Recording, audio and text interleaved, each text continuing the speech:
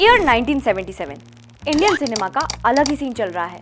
लगभग सभी single screen theatre hall में हाउसफुल का बोर्ड लगा है। इनके अंदर चल रहा है एक पीक सिनेमा, एक ऐसी फिल्म जिसने अनहोनी को होनी कर दिखाया। इसके टाइटल क्रेडिट्स एक वाइल्ड प्लेस पर आते हैं, एक हॉस्पिटल के सीन में। एक बेचारी बूढ़ी औरत है जो जिंदगी और मौत के बीच बफर कर रही है। स्क्रीन पर 3 बेड लगे हैं जिन पर लेटे हैं उस एरा के 3 सबसे बड़े सुपरस्टार। तीनों सुपरस्टार्स की नसों से खून निकल रहा है। एक कांच की बोतल में बिना किसी क्रॉस चेकिंग के मिक्स एंड मैच हो रहा है और सीधे उस बूढ़ी औरत की बॉडी में जा रहा है। बैकग्राउंड में गाना चल रहा है जिसके लिरिक्स हैं, ये सच है कोई कहानी नहीं, खून खून होता है पानी नहीं। अबे ओ कबीर, ये क्या पढ़वा रहा है मुझसे, मेरे को नहीं करना ये सब। एनीवेज, इस सीन को देखने के बाद मेडिकल साइंस ने रेज क्विट कर दिया। फिजिक्स क्रिंज से कहीं कोने में बैठकर रो रहा था और लॉजिक को तो ये सीन देखने के बाद 11 मुल्कों की पुलिस भी नहीं ढूंढ पाई। ये सीन कितना अब्सर्ड और डिल्यूजनल है, इसे रिडिकुलस, सर्कस सिनेमा और न जाने क्या क्या लेबल मिला। बट वेट, ऑडियंस का क्या सीन था? ऑडियंस थिएटर में खड़े होकर तालियां बजा रही थी, लोग रो रहे थे, सीटियां मार रहे थे। किसी को फर्क नहीं पड़ा कि ये पॉसिबल है या नहीं। फर्क सिर्फ इस बात से पड़ा कि ये सीन उन्हें कैसा फील करा रहा है। और यही वो मोमेंट था जिसने इंडियन सिनेमा का पूरा सिलेबस बदल दिया। इस कियोस्क के आर्किटेक्ट को पता था कि पब्लिक को क्या चाहिए। उन्होंने लॉजिक को म्यूट किया और ऑडियंस को वो वाइब्स दी जो इंडस्ट्री ने पहले कभी इमेजिन भी नहीं की थी। आज बात एक ऐसे डायरेक्टर की जिसने अपनी मेन कैरेक्टर एनर्जी से इंडियन सिनेमा को हमेशा के लिए चेंज कर दिया। हाय, मैं हूं कृतांजलि और धुरंधर में आज बात मसाला सिनेमा के बाप यानी मनमोहन देसाई की। –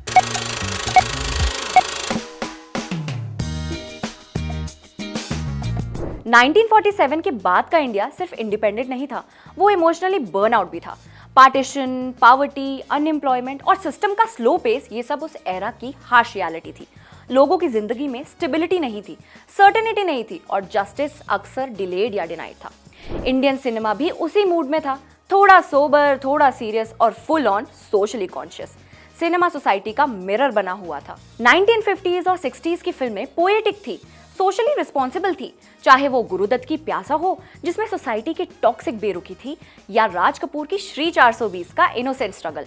मदर इंडिया में राधा अपने ही बेटे को गोली मार देती है क्योंकि मॉरल लॉ की सुप्रीमेसी है। ये फिल्में मास्टरपीस थी, नो कैप्स, पर ये ऑडियंस से एक इमोशनल होमवर्क डिमांड करती थी। ये मूवीज ऑडियंस को सोचने पर मजबूर करती थी और लोग पहले ही ओवर थिंकिंग के विक्टिम थे। ऑडियंस को चाहिए था इन सबसे एक ब्रेक। उन्हें एक ऐसा हीरो चाहिए था जो सिस्टम से बीफ ले सके और ऐसी दुनिया जहां एंडिंग हमेशा हैप्पी हो। इसी खाली स्लॉट को भरने के लिए एंट्री होती है मनमोहन देसाई की, जो अपने रेडिकल आइडिया से इस सोबर सिनेमा का ग्लो अप करने वाले थे। मनमोहन देसाई का जन्म 1937 में एक प्रॉपर फिल्मी फैमिली में हुआ। उनके पिता कीकूबाई देसाई पैरामाउंट स्टूडियो के ओनर थे और मोस्टली स्टंट फिल्म्स बनाते थे। मनमोहन देसाई या एमडी का बचपन फिल्मी सेट्स के बीच ही बीता था और सिनेमा उनके डीएनए का हिस्सा था। जब वो सिर्फ 4 साल के थे तब उनकी लाइफ का कैनन इवेंट आया, उनके पिता की डेथ हो गई। इसके बाद एमडी की अपब्रिंगिंग मुंबई के गिर गांव के चॉल्स में हुई, जहां रियल मिडिल क्लास रहता था। यहीं उन्होंने नोटिस किया कि एक आदमी जो दिन भर पसीना बहाता है, वो शाम को फिल्म में फिलॉसफी लेक्चर या रियलिटी नहीं देखना चाहता। उसे चाहिए escape, pure guilt free escape. यही बाद में उनकी कोर फिलॉसफी बनी। उनके बिग ब्रो सुभाष देसाई भी प्रोड्यूसर थे। उन्होंने ही एमडी को पहला ब्रेक दिया साल 1960 में फिल्म छलिया से। एमडी उस वक्त सिर्फ 23 साल के थे और उनके सामने चैलेंज था राज कपूर और नूतन जैसे एस्टैब्लिश्ड लेजेंड को डायरेक्ट करने का। Random fun fact time.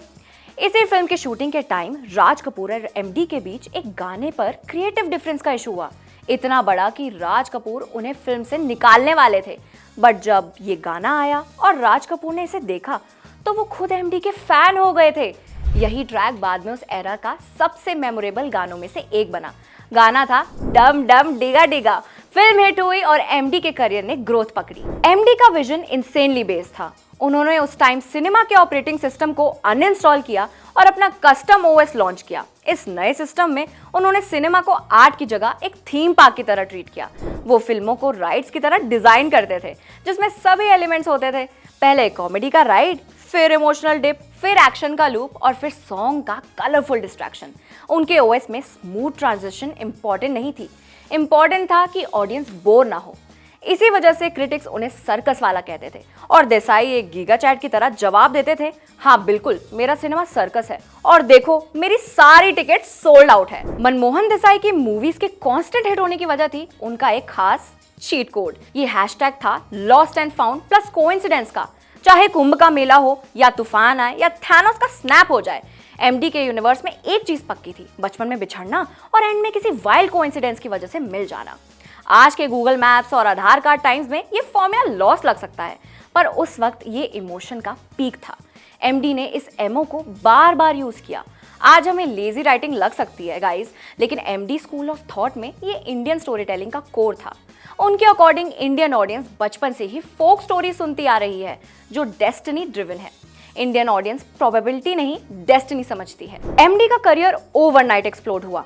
1960s में ब्लफ मास्टर और छलिया जैसी मूवीज से वो ऑडियंस की पल्स को समझते हैं।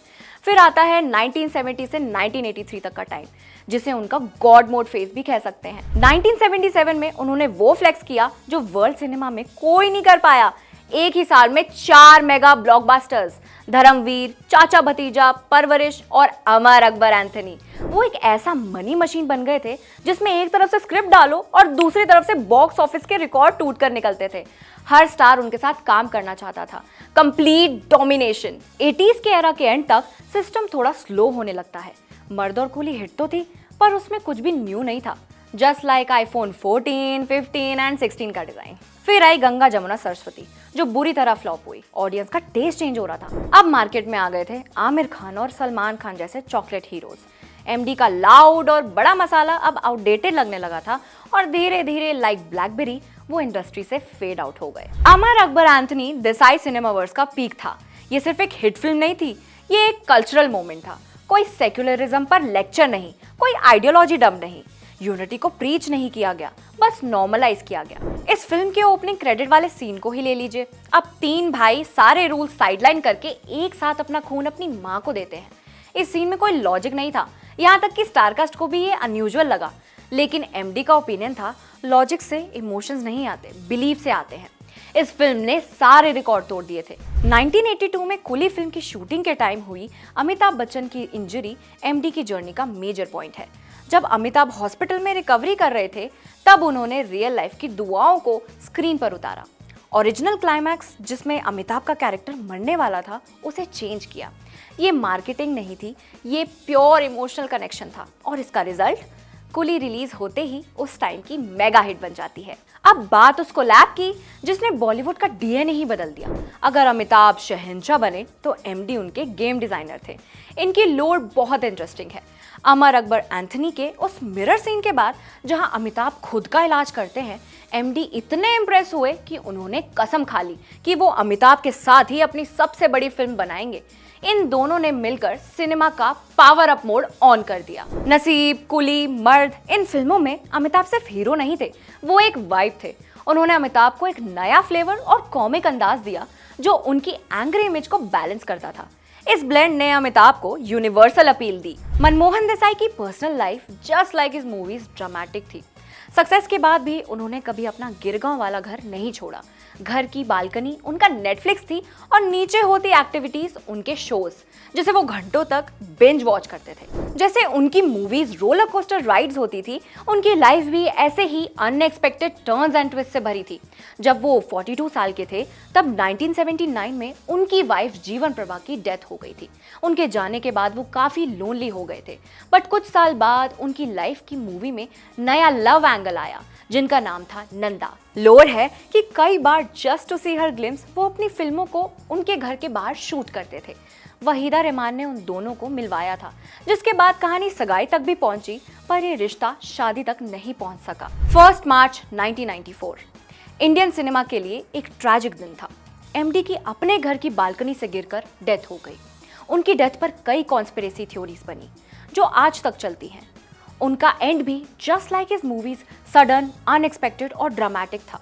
उनके फैंस आज भी इंतजार में हैं कि इस ट्रैजिक सेपरेशन के बाद कोई कोइंसिडेंस उनसे दोबारा मिलवा दे। आज के एरा में अगर रोहित शेट्टी अपनी फिल्मों में गाड़ियां और फिजिक्स दोनों उड़ा रहे हैं या फराह खान अपनी फिल्मों में पूरे बॉलीवुड को डांस करवा रही है, तो समझ जाइए ये सब मनमोहन देसाई के डिजिटल डिसेंडेंट्स हैं। आज अगर पुष्पा किसी के सामने झुक नहीं रहा और जवान, RRR जैसी फिल्में हिट हैं, तो ये MD की फिल्म मेकिंग का विजन की वजह से है। वो मसाला सिनेमा के OG थे, जिन्होंने प्रूव किया कि अगर इमोशन असली हैं तो लॉजिक नकली भी चलेंगे। तो दोस्तों, आज के धुरंधर के एपिसोड में बस इतना ही। इस एपिसोड को लिखा था कबीर ने, कैमरा पर्सन गौतम के साथ मैं हूं कृतांजलि, साइनिंग ऑफ।